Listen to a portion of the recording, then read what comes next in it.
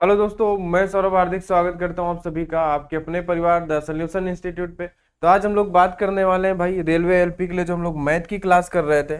आज हम लोग क्लास नंबर 18 करने वाले हैं, क्लास नंबर 18, जिसमें हम लोग पहला टॉपिक उठाया था हम लोगों ने रेशियो एंड प्रोपोर्शन यानी कि अनुपात व समानुपात। इसकी क्लास नंबर ये हमारे पास 18 है। ठीक है। और आज से हमारा क्लास जो रेशियो एंड प्रोपोर्शन का ये हमारा समाप्त हो जाएगा। इसके बाद फिर हम लोग करने वाले हैं परसेंटेज। ठीक है भाई। इसके बाद हम लोग पढ़ने वाले हैं परसेंटेज को पढ़ेंगे।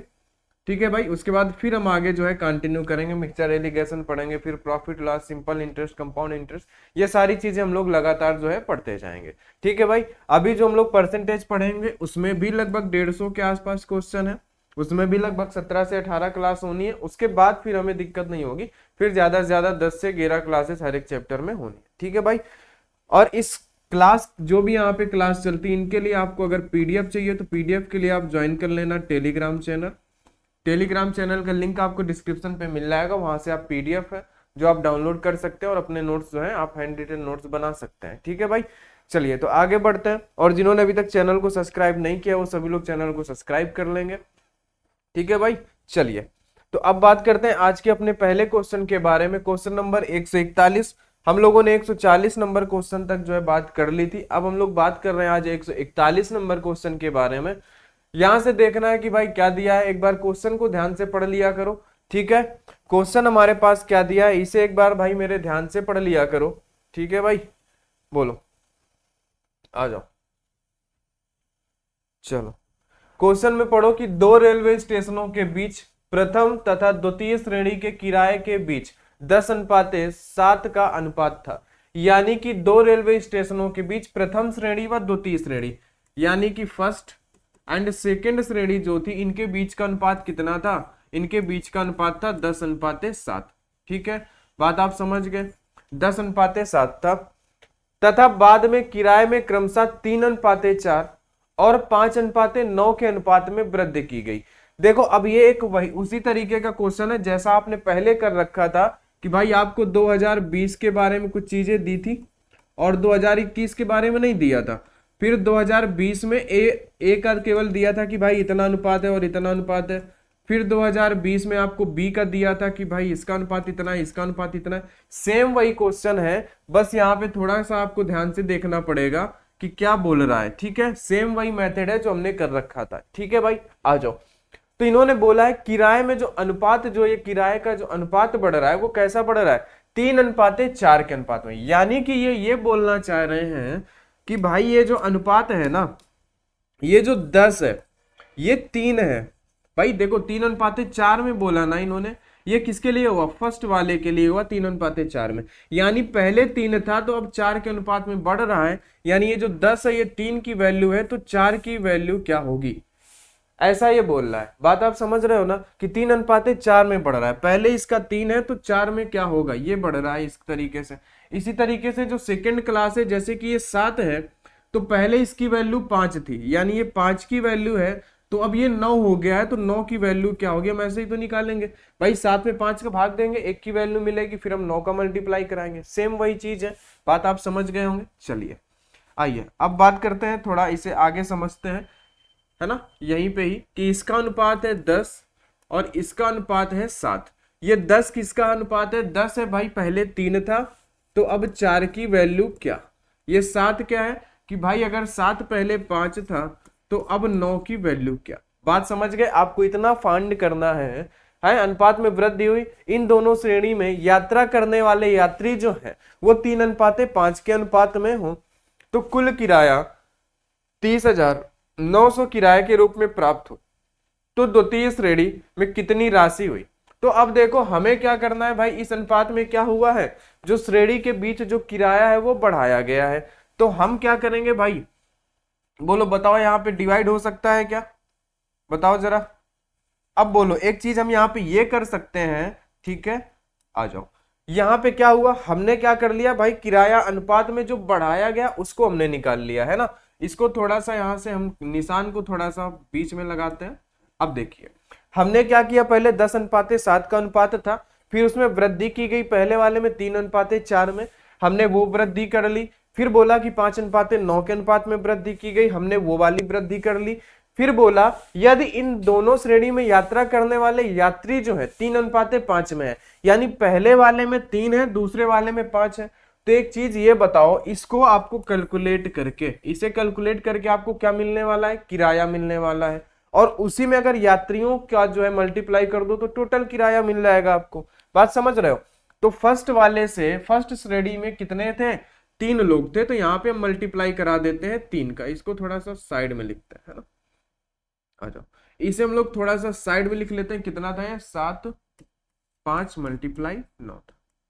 चलो आ जाओ, अब हम लोग करते हैं कि भाई इसी जगह हमने क्या कर दिया, यात्री जो है 3:5 में, तो हमने 3 का मल्टीप्लाई करा दिया। बात समझ गए कि नहीं भाई? आपको अगर क्या मिल रहा है, आपने मानो कि आपके पास जो है, आपने मान लिया कि भाई यहाँ पे कितने, आपके पास एक बस है, उसमें से कितने, जो आपका किराया था पहले 10 रुपए था, अब आपने बढ़ा दिया 20 रुपए कर दिया, तो वो हमने कर लिया। फिर बोले कि भाई जब 20 रुपए किराया किया तो हमारे पास 3 सवारी थी, है ना, 3 यात्री थे, तो भाई आप उसमें 3 का मल्टीप्लाई कराओगे तो टोटल मिल जाएगा। सेम वही कॉन्सेप्ट है यहाँ पे, है ना। अब यहाँ पे देखो, इसमें हमारे पास द्वितीय श्रेणी में कितने लोग हैं, 5 लोग हैं। बताओ, ये हम करा देंगे तो हमें क्या मिल जाएगा, यात्रा करने वाली यात्रियों का अनुपात, और ये हमसे किराया मिल जाएगा, एक तरीके से किराए का अनुपात हमें मिल जाएगा। तो अब देखो, इसे कैलकुलेट करना है। ये 3 से ये 3 डिवाइड हो जाएगा, इस 5 से ये 5 चला जाएगा, तो आपके पास यहाँ पे बचता है 40। ठीक है, यहाँ पे आपके पास बचता है 40, अनुपात में यहाँ पे बचता है 63। बात समझ गए? इतना बचा। ये क्या निकल के आ गया, ये किराए का अनुपात निकल के आया है, क्योंकि हमने किराए के साथ यात्रियों का मल्टीप्लाई कराया तो टोटल किराया निकल के आया। बात समझ गए आप? तो अब क्या हुआ, ये जो किराया है ना, तो वही बोला 3:5 के अनुपात में हो तो कुल किराया इतने रुपए प्राप्त हुए। देखो, रेशियो में वैल्यू इतनी है और रुपए में वैल्यू इनकी कितनी है, 30,900। तो इसको डिवाइड करेंगे इस रेशियो वाले से, यानी 3 और 6 4 10, 103 से। इससे ये जब डिवाइड होगा तो एक की वैल्यू आपको कितनी मिलेगी, एक की वैल्यू मिलेगी 300। एक बराबर कितना है, 300 है।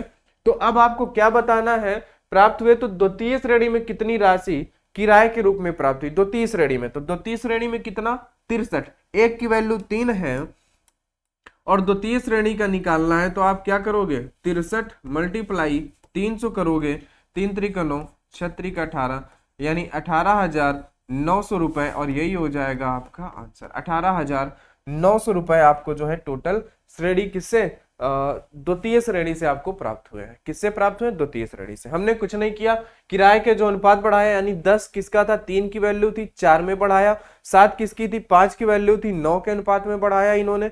फिर ये हमें किराया मिल गया, अब यात्रियों का मल्टीप्लाई हमने करा दिया तो टोटल किराया मिल गया, है ना। 3 का मल्टीप्लाई इधर, इस सेकंड श्रेणी में 5 यात्री थे, हमने मल्टीप्लाई कर दिया, टोटल किराया मिल गया। हमने देखा तो 40:63, यानी कि टोटल किराया का अनुपात मिला, और टोटल किराए की वैल्यू 30,090 है। हमने क्या किया, टोटल किराए को टोटल रेशियो वाले किराए से हमने डिवाइड कर दिया, तो हमें एक की वैल्यू 300 मिली, और हमें बताना था सेकंड श्रेणी में कितने लोग हैं, 63 लोग थे, हमने मल्टीप्लाई कराया, आ गया हमारे पास आंसर। सिंपल था।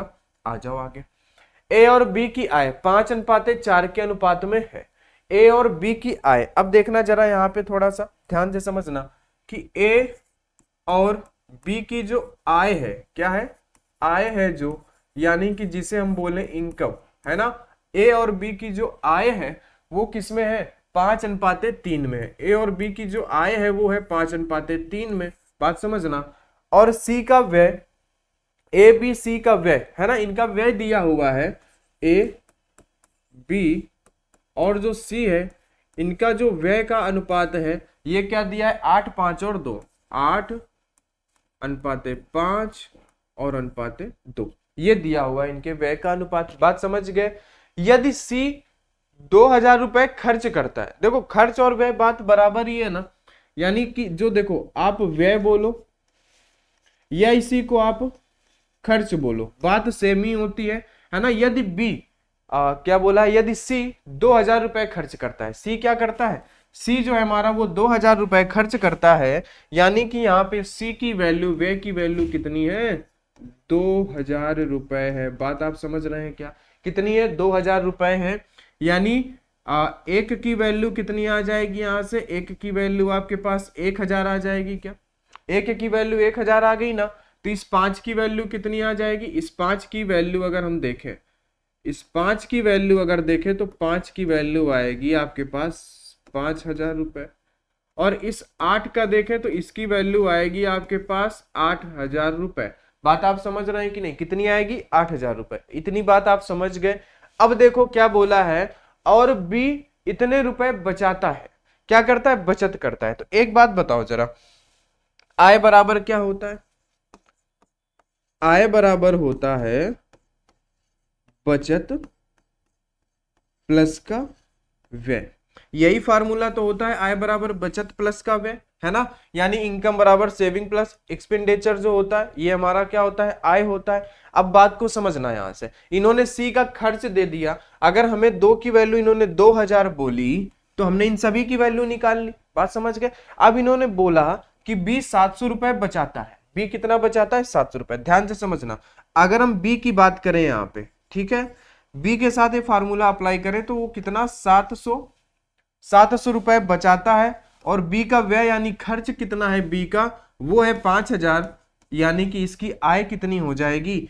इसकी आय जो हो जाएगी वो हो जाएगी 5700 रुपए। बोलो हो जाएगी कि नहीं हो जाएगी? बी की आय 5700 रुपए।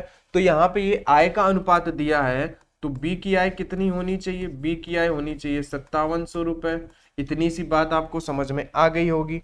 बोलो हाँ, ठीक है। इतनी सी बात आपको समझ में आ गई कि बी का जो हमारे पास आय निकल के आई वो 5700 रुपए आई। तो अब एक चीज देखो, 3 बराबर 5700 है। देखो 3 बराबर 5700 है, तो 1 बराबर कितना मिलेगा? 1 बराबर 3 एक कम 3, ठीक है, बचा 2, 9 3 27, 1 बराबर 1900, है ना? 1 बराबर हमें मिला 1900, तो 19 का यहाँ पे 5 में गुणा करा दो, 9 अपना 45 का 5, है ना, 95, यानी कि 9,500 रुपए आपके पास एक ही आय आ गई। आ गई कि नहीं आ गई? तो बताना क्या है, एक ही बचत क्या होगी? बोलो, हमसे दिया इन्होंने, सबसे पहले देखो एक बार फिर से रिवाइज करो, आय का अनुपात दिया, फिर व्यय का अनुपात दिया, और इन्होंने बोला सी का व्यय कितना है? 2,000 है। यानी सी के 2 की वैल्यू 2,000 के बराबर है, 1 की वैल्यू 1,000। तो 1 की वैल्यू जब मिल गई तो हम इन सभी में क्या कर देंगे? मल्टीप्लाई कर देंगे, तो सभी का मिल गया। बात आप समझ गए। फिर बोला बी रुपए बचाता है, तो हमें दिमाग में आना चाहिए भाई बी का हमें व्यय भी दिया है और बचत भी दे रहा है, यानी हम आय निकाल सकते हैं। हमने आय निकाला 5700 रुपए, 3 की वैल्यू 5700 आई अगर, तो 1 की वैल्यू 9,500। तो बोला एक की बचत क्या होगी? तो अब देखो जरा, इसी फार्मूले में रखो, आय उसकी कितनी है? आय हमारे पास 9,500 रुपए, उसकी बचत हमें निकालनी है, प्लस व्यय कितना है? ए का व्यय है 8,000। ए का व्यय कितना है? 8,000 रुपए है। तो x बराबर कितना आ जाएगा कि भाई 9,500 में आपको माइनस करना पड़ेगा 8,000, यानी कि 1,500 रुपए। यानी कितना? 1,500 रुपए। 1,500 रुपए इसकी क्या होगी? बचत होगी। ऑप्शन नंबर ए आपका सही हो जाएगा। सिंपल था, है ना? आपको समझाने में थोड़ा सा टाइम लगता है, लेकिन बिल्कुल, है ना, अगर आप सवाल को सही से पढ़ लोगे तो आप कनेक्ट कर पाओगे, क्वेश्चन को क्या कर पाओगे? कनेक्ट कर पाओगे। हमें कुछ नहीं करना पड़ा, सब कुछ क्वेश्चन दे देता है, बस हमें सॉल्व करना होता है। बात आप समझ गए? ठीक है भाई, चलो आगे बात करते हैं। 143 नंबर पे, एक परीक्षा में उत्तीर्ण और अनुत्तीर्ण, एक परीक्षा में उत्तीर्ण और अनुत्तीर्ण विद्यार्थियों की संख्याओं का अनुपात, है ना, 2:5:4 होगा। यहाँ पे इसको सही करना भाई। यहाँ पे क्या होगा? यहाँ पे होगा 2:5:4, 2:5:4 हो जाएगा, है, ठीक है। अनुत्तीर्ण, उत्तीर्ण और अनुत्तीर्ण विद्यार्थियों का, है ना, यहाँ पे 25:4 होगा, ठीक है। यहाँ पे कितना है? 25:4 है, क्योंकि यहाँ पे उत्तीर्ण और अनुत्तीर्ण दो ही है ना। 25:4 है। यदि एक और विद्यार्थी परीक्षा में भाग लेता है और उत्तीर्ण होता है, साथ ही अनुत्तीर्ण विद्यार्थियों की संख्या पिछली संख्या से 3 कम होती है, तो उत्तीर्ण विद्यार्थियों की संख्या का अनुपात विद्यार्थियों की संख्या से अनुपात इतना होता है। आरंभ में परीक्षा में उत्तीर्ण हुए विद्यार्थियों की संख्या और परीक्षा में अनुत्तीर्ण हुए विद्यार्थियों की संख्या का अंतर क्या? आपको इस तरीके के क्वेश्चन पहले भी कराए जा चुके हैं, एक बार इधर समझना तो आपको फिर से रिवाइज हो जाएगा। आपसे बोला है उत्तीर्ण और अनुत्तीर्ण, यानी कि पास और फेल। क्या बोला है आपसे? आपसे बोला इन्होंने पास और फेल। पास कितने हैं? 25, फेल कितने हैं 4। बात समझ गए, इतना हो गया। उसके बाद क्या हुआ, कुछ विद्यार्थी है ना, क्या है, एक और विद्यार्थी परीक्षा में भाग लेता है। तो अब ये वही कंडीशन है कि हम ये नहीं कह सकते कि वो कौन सा विद्यार्थी है, पास है या फेल है। बात समझ गए। तो एक और विद्यार्थी भाग लेता है और अनुत्तीर्ण में से 3 कम होते हैं, तो जो नया अनुपात बनता है वो कितना बनता है, वो बन जाता है 22:3। तो इस कंडीशन में आपको पता है हम क्या लेते हैं, हम लेते हैं टोटल।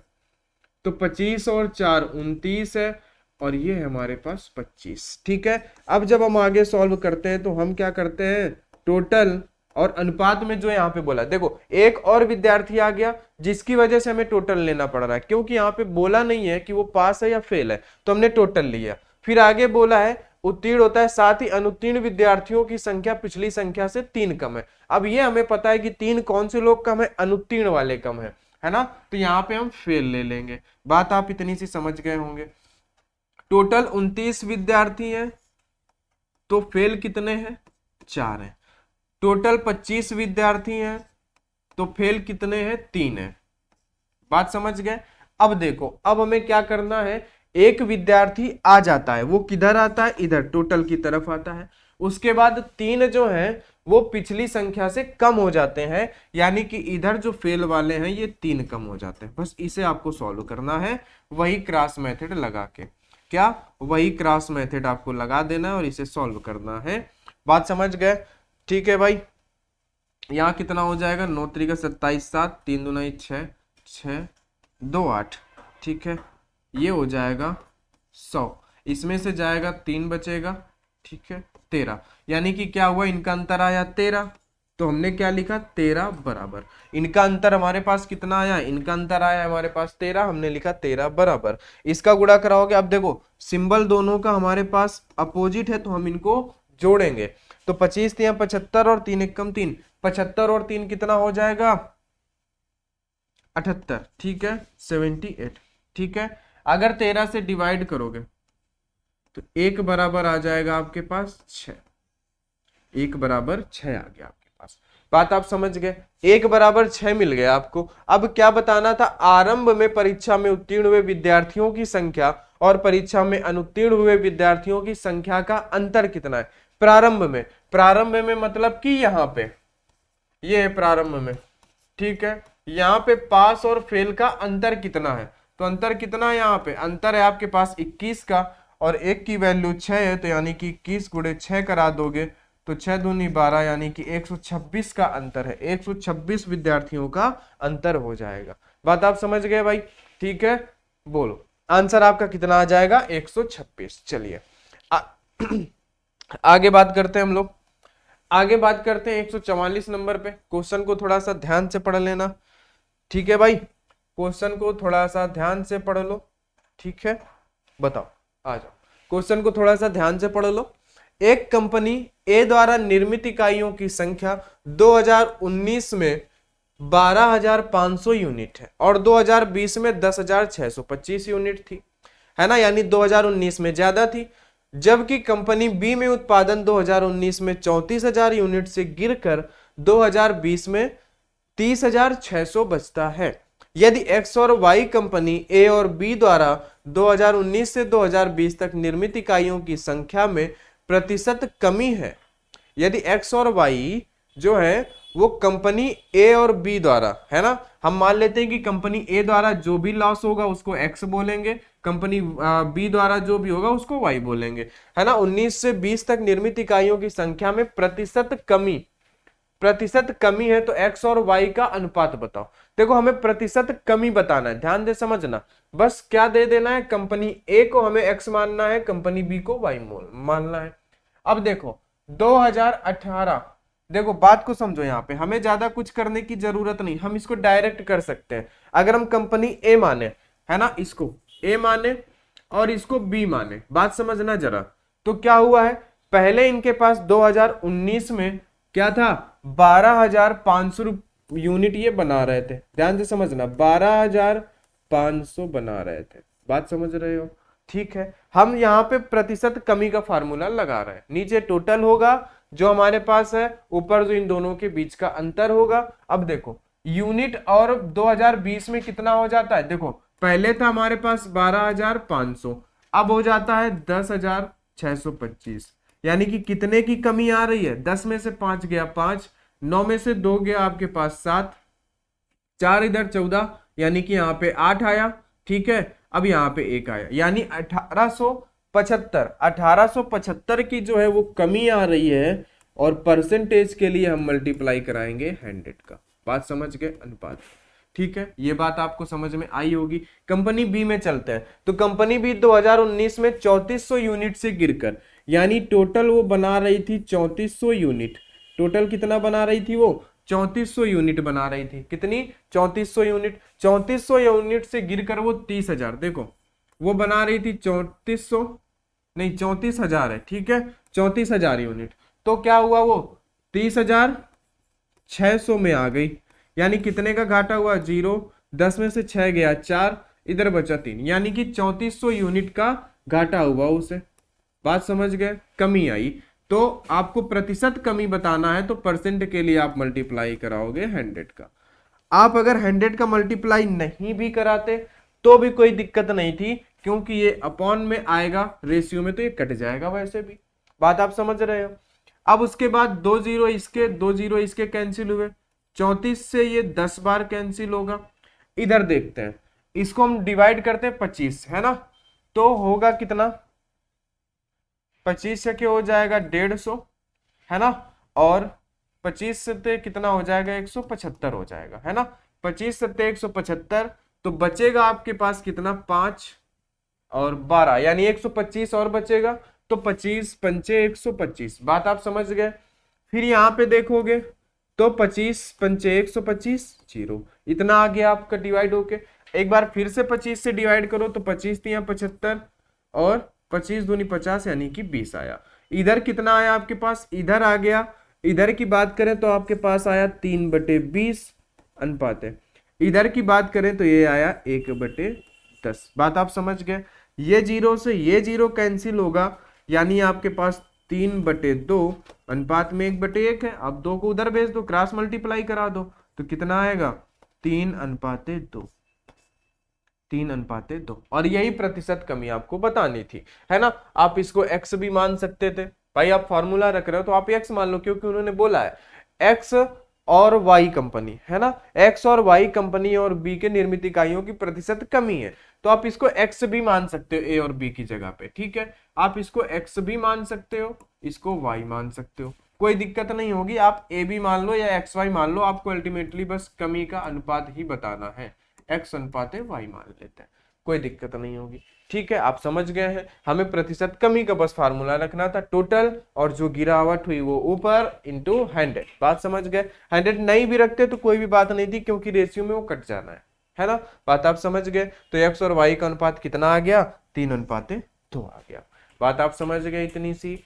ठीक है, चलो आगे बात करते हैं। 145 क्वेश्चन नंबर 145।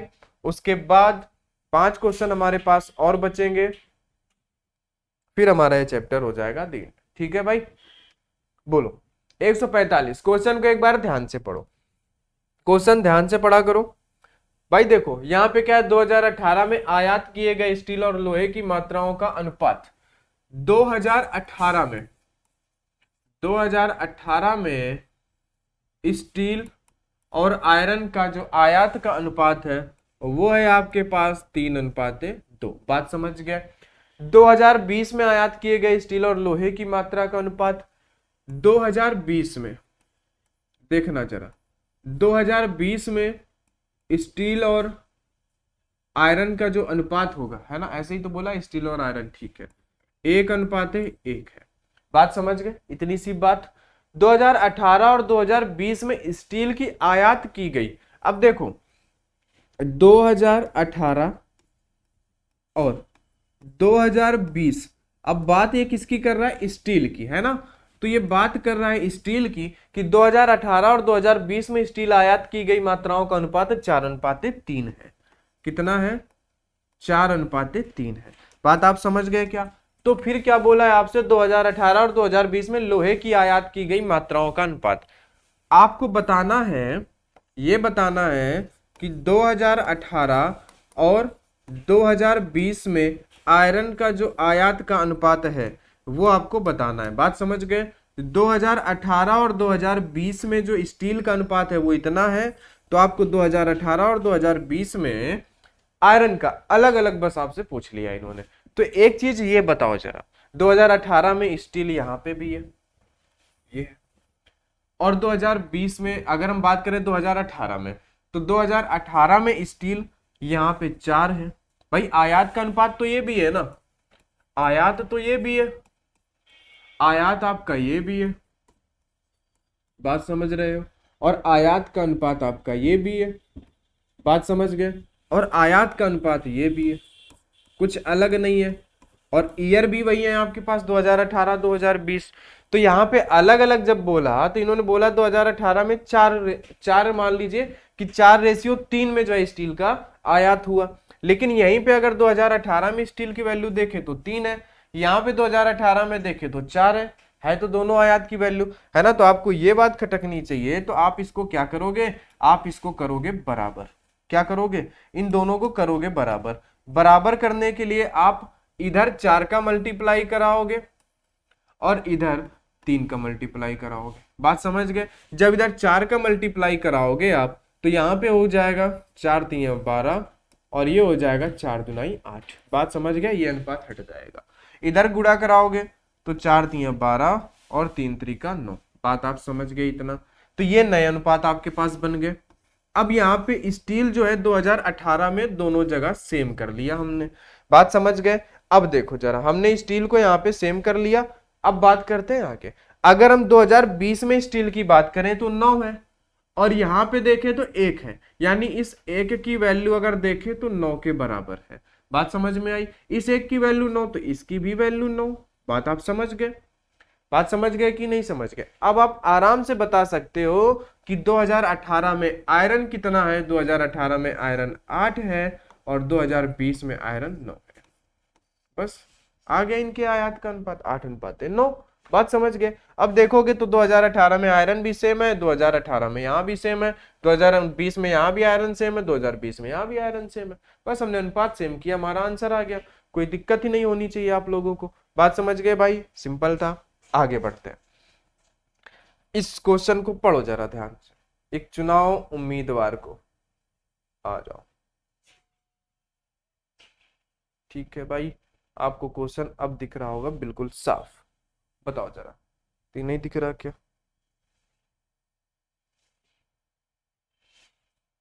ठीक है, अब दिख रहा होगा आपको क्वेश्चन बिल्कुल साफ साफ। आ जाओ। एक चुनाव में 4 उम्मीदवार मैदान में थे। 4 उम्मीदवार मैदान में थे, जिनमें से 3 को 3 राष्ट्रीय पार्टियों से नामांकित किया गया था और उन्हें 2:3:4 के अनुपात में वोट मिले थे। यानी 4 उम्मीदवार तो थे, लेकिन जो 3 हैं इन्हें क्या किया गया था, इन 3 को नामांकित किया गया था राष्ट्रीय पार्टियों से, है ना। और इनका अनुपात कितना था, 2:3:4। ये इनका अनुपात था। बात आप समझ गए? फिर क्या बोला है कि डाले गए कुल वोट 1,89,000 थे।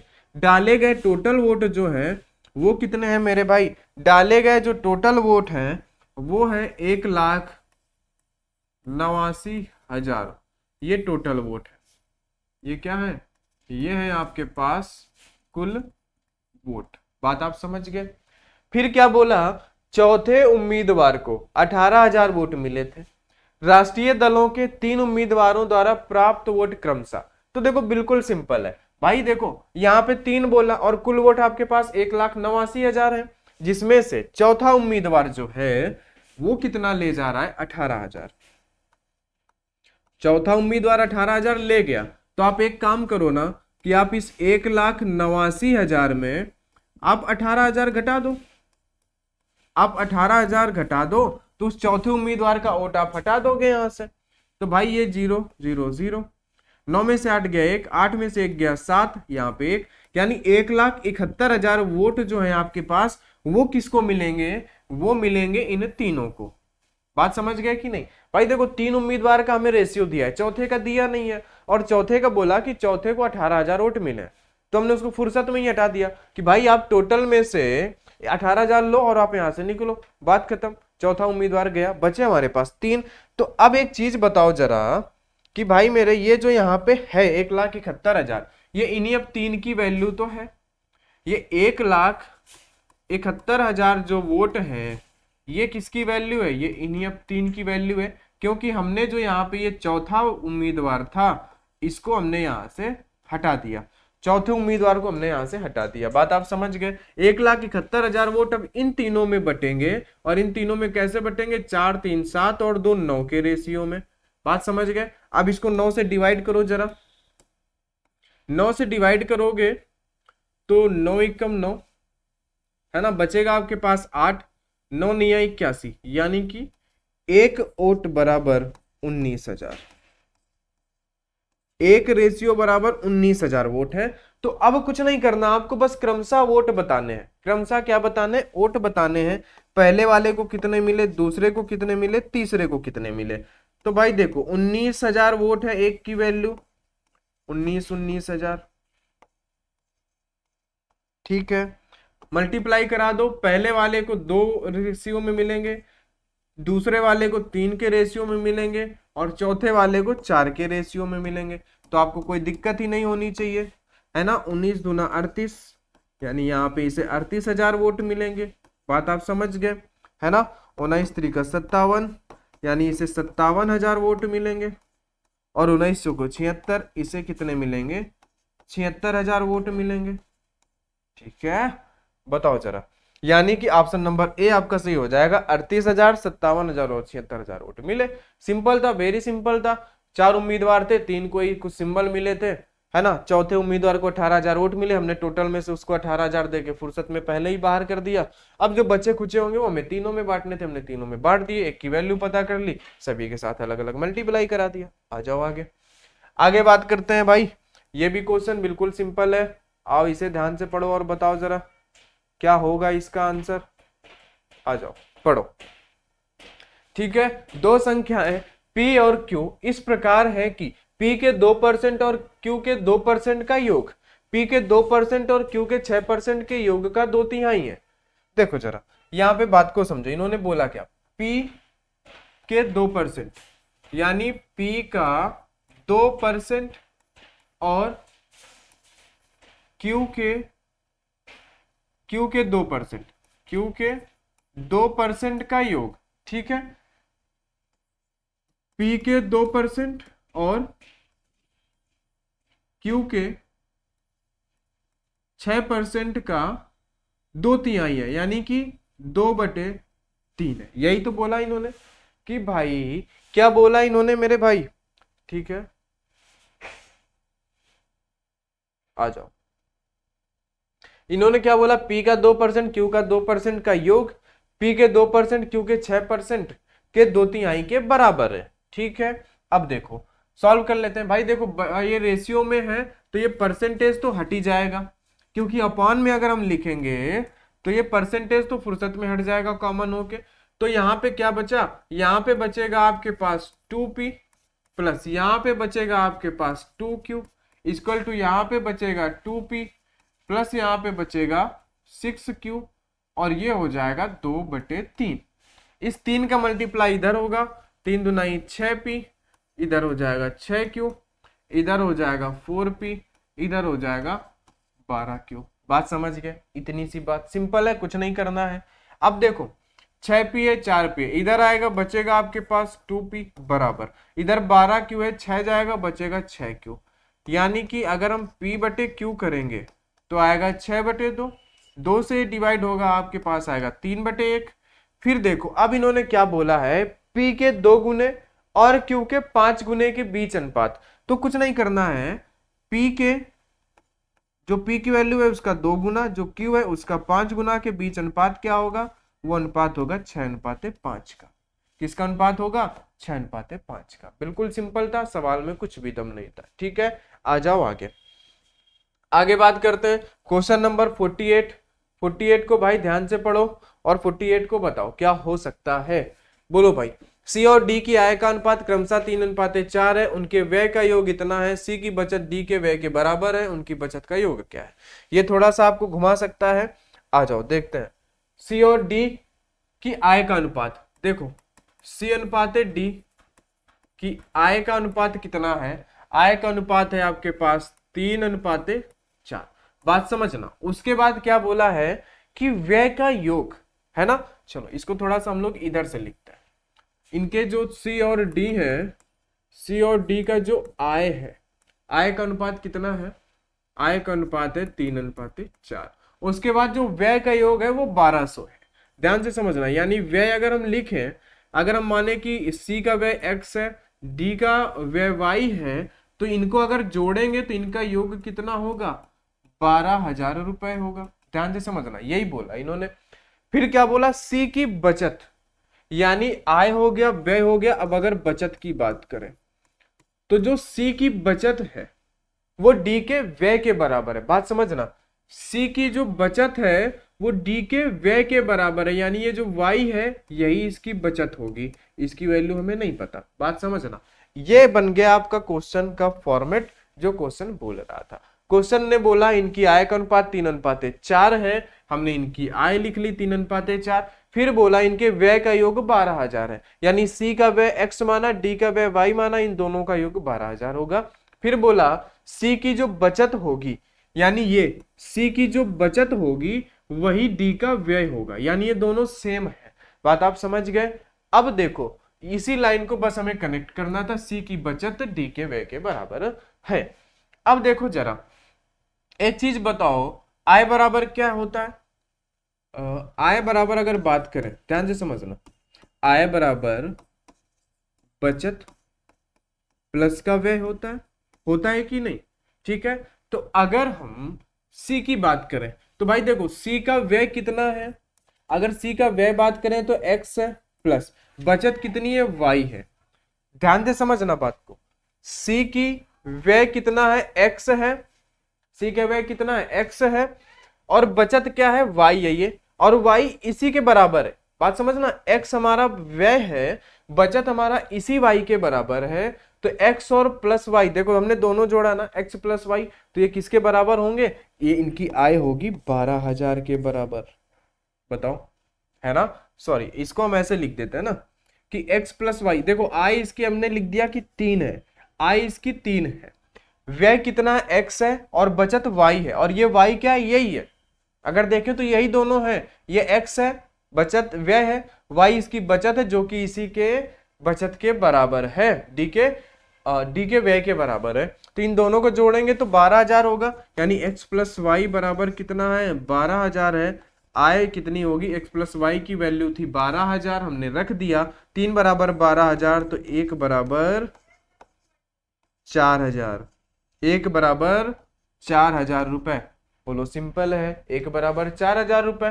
तो अब बताना है उनकी बचत का योग क्या होगा, उनकी बचत का योग। अब देखो जरा बात को समझो, 1 बराबर 4,000 आया, इस 4 का अगर यहाँ पे आप मल्टीप्लाई करोगे तो 4 तो यहाँ 12,000, ये इनकी आय हुई। यहाँ पे मल्टीप्लाई करोगे 4 चौको 16,000, ये इनकी आय हुई। दोनों की आय निकल के आ गई कि नहीं भाई, आय निकल के आ गई। अब पूछा है उनकी बचत का योग क्या है, उनकी बचत का योग क्या है। बात को समझना, आय कितनी है इनकी, आय क्या है, देखो जरा आय को हम अगर कर दें कि आय, एक की आय है 12,000, एक की आय है आपके पास 16,000। बात को समझना, एक की आय है 12,000, एक की आय है 16,000, ये आय हो गई। तो आपको बचत बतानी है, तो आय में से व्यय घटा दो। तो देखो व्यय क्या है, आय इन दोनों की हो गई इतनी, व्यय क्या है दोनों की, x और y यही तो है व्यय, व्यय बराबर है 12,000 के, यानी कि इसमें से हम 12,000 अगर घटा देंगे तो इनकी बचत कितनी बचेगी, 16,000 रुपए। ये इनकी बचत बचेगी 16,000 रुपए। ऑप्शन नंबर सी आपका करेक्ट आंसर हो जाएगा। कुछ भी नहीं था, आय का अनुपात था, व्यय का अनुपात था, इन दोनों का योग 12,000 था, और जो सी की बचत थी वो डी के व्यय के बराबर था। बस हमें यहीं से एक पॉइंट मिल गया। हमने क्या किया, इसकी आय, सी की आय 3 है, बचत इसकी y जो कि इसी के बराबर है, व्यय ये x है, यानी इन दोनों का एक तरीके से योग है जो कि 12,000 है। हमने रखा 3 बराबर 12,000, 1 बराबर 4,000 हमें मिल गया, कोई दिक्कत नहीं हुई। हमें बतानी थी बचत, तो उन दोनों की आय कितनी है, 12,000 और 16,000, अगर जोड़े तो कितना हो जाएगा भाई, 10 10 20 28,000 हो जाएगा, है ना? 28,000 होगा क्या? ठीक है, हाँ, 10 10 20 और 6 तो 8, 28,000 हो जाएगा। तो उनकी बचत घटानी थी, व्यय घटा दे तो बचत मिल जाएगी। भाई आय है, आय में से व्यय घटा देंगे तो बचत मिलेगा। व्यय उनकी कितनी थी? व्यय थी उनके पास 12,000, है ना? तो 28,000 में हमने 12,000 घटा दिया। ठीक है, बोलो बताओ जरा। तो बचा हमारे पास 16,000 रुपए। सिंपल था, कोई दिक्कत नहीं। आगे बात करते हैं, दो मोमबत्तियां, इसे समझो जरा। दो मोमबत्तियों वाला समझो, दो मोमबत्तियों का क्या है? ठीक है, आ जाओ। दो मोमबत्तियां जिनकी लंबाई बराबर है, पहली मोमबत्ती 8 घंटे में पूरी तरह जल जाती है। देखो, दो मोमबत्तियां जिनकी लंबाई बराबर है, यानी हमने मान लिया एक ए है और एक हमारे पास मोमबत्ती बी है। ए जो है वो 8 घंटे में जल जाती है, बी जो है वो 6 घंटे में जल जाती है। बात आप समझ गए? ए है 8 घंटे में पूरी तरह जल जाती है, जबकि दूसरी मोमबत्ती 6 घंटे में पूरी तरह जल जाती है। बात आप समझ रहे हैं? ठीक है भाई, चलो आ जाओ आगे बात करते हैं। बताइए कितने समय बाद। तो देखो एक बात बताओ, दोनों मोमबत्तियां बराबर है तो हम एक लंबाई मान लेते हैं, और लंबाई क्या मान लेते हैं? इन दोनों का एलसीएम। 8 और 6 का एलसीएम, 8 और 6 का एलसीएम क्या हो जाएगा? 24 हो जाएगा। क्या हो जाएगा? 24 हो जाएगा। बात को समझना जरा। तो अगर इसकी लंबाई 24 है और ये 8 घंटे की रफ्तार से जल रही है, इसकी लंबाई 24 है, ये 6 घंटे की रफ्तार से जल रही है, तो इनकी स्पीड क्या आ जाएगी? इसकी स्पीड आ जाएगी 3, है ना? हम मान लेते हैं कि सेंटीमीटर में, आप कुछ भी मान लेना, आंसर में कोई दिक्कत नहीं आएगी, है ना? स्पीड आ जाएगी 3 सेंटीमीटर पर हावर। अब इसकी स्पीड क्या आ जाएगी? 4 सेंटीमीटर पर हावर। ये इनकी स्पीड आ गई, इस स्पीड से ये जल रही हैं। तो कितने समय बाद इनकी लंबाई का अनुपात इतना हो जाएगा? तो ध्यान से समझो भाई, दोनों मोमबत्ती है 24 की, दोनों मोमबत्ती क्या है? 24 सेंटीमीटर की है। अगर हम बात करें तो दोनों मोमबत्ती कितने की है? दोनों मोमबत्ती है 24 सेंटीमीटर की। ए और बी की अगर बात करें तो ये भी है 24 सेंटीमीटर की और ये भी है 24 सेंटीमीटर। बात समझना, ये कितने स्पीड से जल रही है? 3 की स्पीड से जल रही है।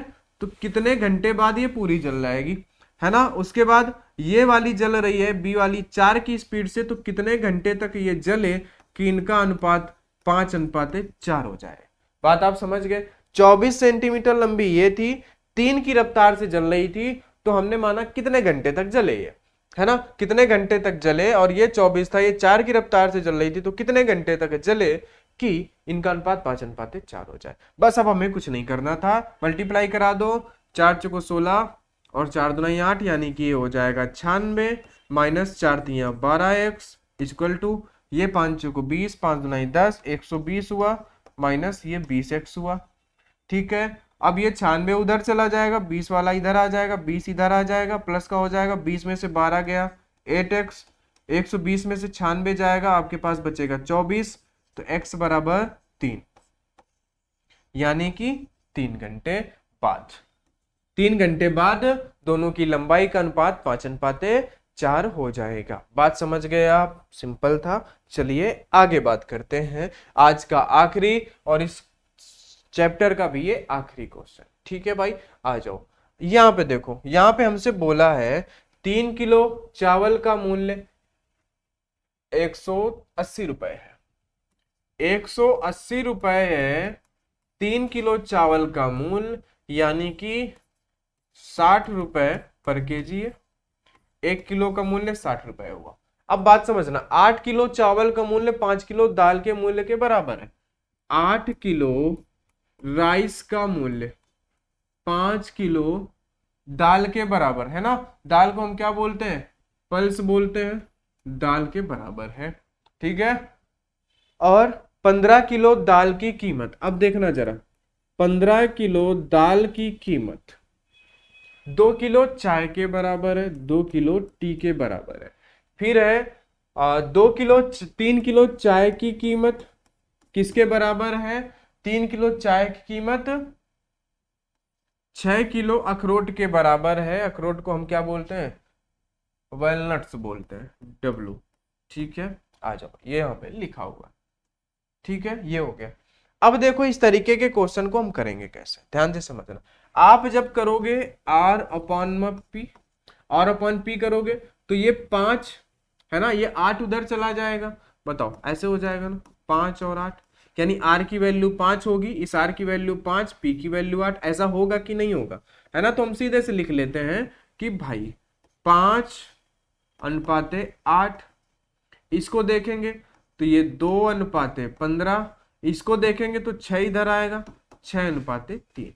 बताओ जरा, इनको डिवाइड कर लेते हैं, रेशियो आपस में कट सकते हैं, इनको डिवाइड कर लेंगे 3 से एक बार, 3 दूना 6, ठीक है, 2 दूना 4 और 4 दूना 8, 5 एकम 5, 5 3 15, यानी कि एक बचा इधर, इधर बचा 6, 1:6। अब देखना जरा ध्यान से, इधर हमारे पास R था, इधर हमारे पास P था, इधर हमारे पास P था, इधर T था, इधर हमारे पास T था, इधर W था। P से P कटेगा, T से T कटेगा, तो हमारे पास राइस और अखरोट का ही रेशियो बचेगा। तो ये राइस का है, ये अखरोट का है ना। बात समझ गए, यही हमारे पास बचा। इतनी सी बात आप समझ गए कि नहीं। तो एक राइस की वैल्यू 60 है, एक राइस की वैल्यू है 60, तो इसकी वैल्यू हो जाएगी 360, इसकी वैल्यू 360। और आपको बताना था 10 किलो अखरोट का, तो इसके साथ आप 10 का मल्टीप्लाई करा दोगे तो 3600 रुपए, है ना, कीमत 3600 रुपए हो जाएगी, ये आपका आंसर आ जाएगा। बात समझ गए, इतनी सी बात, ठीक है भाई। ये चैप्टर हमारा हुआ यहाँ से कंप्लीट। हमने कुछ नहीं किया, 1 किलो चावल का मूल्य पता किया, फिर सभी को बराबर था, रेशियो जब करते तो 5 इधर आएगा, 8 उधर, हमने वही किया, 5 8 2 15, और हमने 6 3 किया, बस हमने डिवाइड कर दिया, और हमने यहाँ पे कुछ भी नहीं किया है।